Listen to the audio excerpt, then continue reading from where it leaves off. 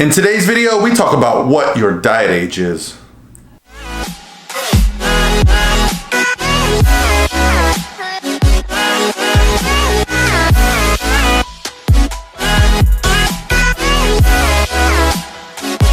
All by myself.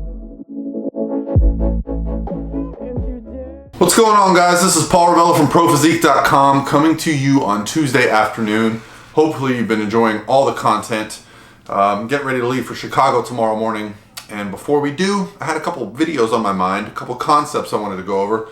And I figured you guys would appreciate this more than anyone because this video right here is something that I don't know if it exists, the idea or the concept. I know the basic philosophies there, and I know I've seen some research that shows what I'm about to explain. But I wanted to give you my feedback as a coach and as things that I've seen with individuals, even like people that I know, people, not just people that I've worked with in the coaching capacity, but people that I just know and have had these discussions with. And that's basically, what is your diet age? Meaning, how many times have you tried to diet and how does that impact your success with dieting? So I wanted to write out a real basic diagram. And again, this is really basic. There's not a lot of foundation here. I would have to do a lot more research and put a lot more effort into it. But if video is like well received and people want to get more granular with it, I can definitely do that. I have the access to data from myself and from other coaches, and we can go over things like diet history and success with weight loss. But let's lay out the principles here. The basic premises is this. Every time we diet with the purpose of fat loss, let's kind of clarify that. The term diet just means what we eat on a daily basis. That's just our normal consumption of food. But it gets associated with dieting, which dieting is associated with like fat loss, right? So each time that we diet with the goal of losing body fat, that adds to our diet age, right? And as we add to our diet age, it can become more and more difficult to lose body fat. So let's explain that a little bit here. So here's my scale. On a scale from 1 to 10, that's all we're going to do, very basic. 1 being very easy. So if something is a 1 on the scale, it's very easy to accomplish. If something is a 10 on this scale, it's nearly impossible to accomplish, okay? So let's talk a little bit about our history and times dieted. So on a scale of 0 times you've ever tried to diet, 1 to 5, 6 to 10, or 10 plus. So who would be people that have never tried to diet? Well, one would be me.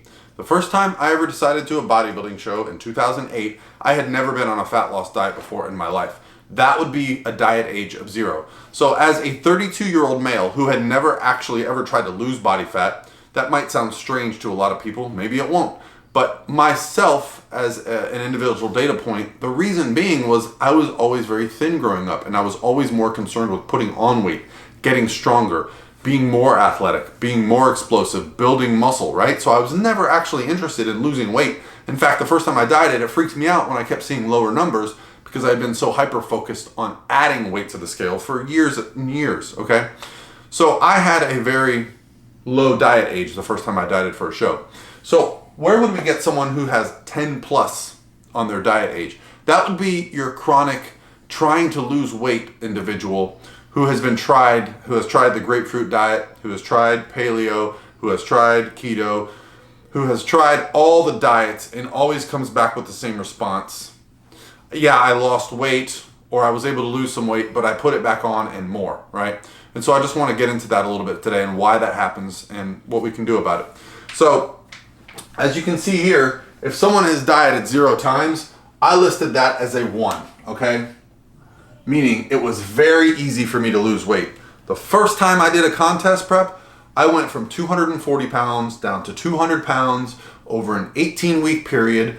I did not adjust my macros for 16 straight weeks. That's right, for 16 straight weeks, I lost a pound or more the first time I dieted. I would consider that very easy. My diet age was 0, weight loss was easy. Now, compounding variables, I had been eating in a surplus for a long time, 32 years, I'm a male, right? I don't expect it to always be that easy for anyone. But when you come across somebody who has never actually tried to lose body fat before, this can be a lot easier for them, right? So let's talk to somebody who has dieted 2 or 3 times, okay? I'm sorry, someone who has dieted 1 to 5 times.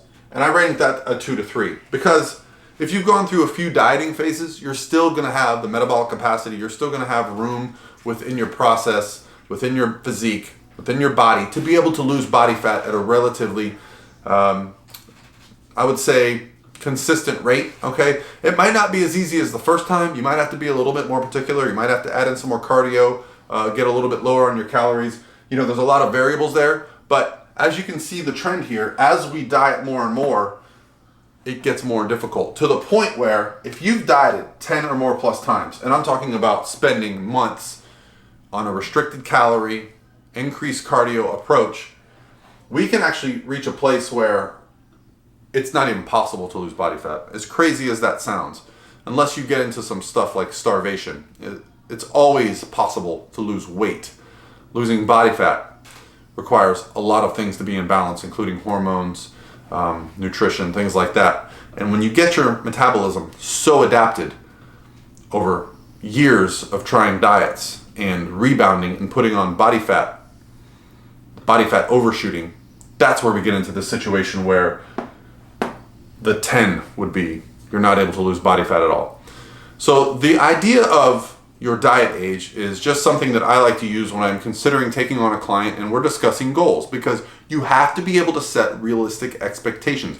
If someone tells me that they're 40 pounds overweight, they're maintaining their weight on 800 calories, they've tried X, Y, and Z diet, they've been at it for 5 or 6 years, and they say, hey, I just want to lose 10 pounds, can you help me? The immediate response is going to be, well, sure, we can lose 10 pounds. But the actual response needs to be, no, we don't need to be in a fat loss phase. We need to look at the big picture. So what can we do to correct this diet age? How can you change that? The simple fact is we have to take time away from the fat loss process. We have to allow the body to restore itself. Just like we periodize our training, we need to periodize our fat loss. We can't be constantly in a state of restricting calories and binging, restricting calories and binging. And a lot of what these diet styles teach us is to diet using a method that is not sustainable, okay? So if we're dieting in a manner to lose weight that is not sustainable, and we reach our goal and we go celebrate, and we immediately, within a couple weeks, because we don't have any control, jump back up to our previous weight or even more, our next option is to do that diet again. And it's going to get progressively more and more difficult to lose weight each time we take that same approach, because we have not taken the time to restore our metabolic rate. We have not taken the time to allow our hormones and our bodies to return to normal, to get our diet age as close to zero again as possible. Can we ever get to this diet age of zero again? I will say, I've noticed since I take off 2 to 3 years between active fat loss phases, dieting is fairly easy for me, but it has never been as easy as it was that first time. I have never been able to keep my diet basically the same for 16 weeks and seen steady weight loss, not adding cardio, not adding calories, right? And that's very rare. I've seen it with a few of my clients, but I tend to see it with clients that have underperformed in the gym, have underperformed with their diet, and when they make multiple changes to their lifestyle, they're able to lose an incredible amount of weight because A, they were well above their body fat set point, and B, they had never really been restrictive with their calories. Their diet age was very low, and as a result, their bodies were just getting primed back to where they actually belonged. Some people are very lean, muscular, and athletic under their exterior, which they have kind of forgotten about for years. So what I would like for you is to just examine what you're doing. Don't look at the micro, right? Look at the macro. Don't look at just the next 12 weeks, 16 weeks, year.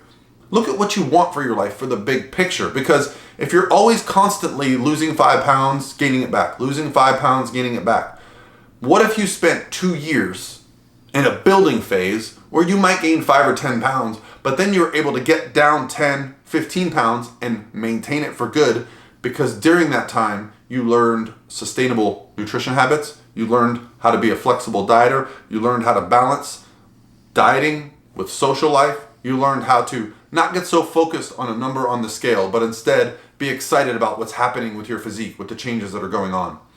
All right, guys, I don't want to get this video too long. I don't want to get preachy. I'm going to get on an airplane tomorrow morning at 6 a.m. with my good friend Lauren Conlon.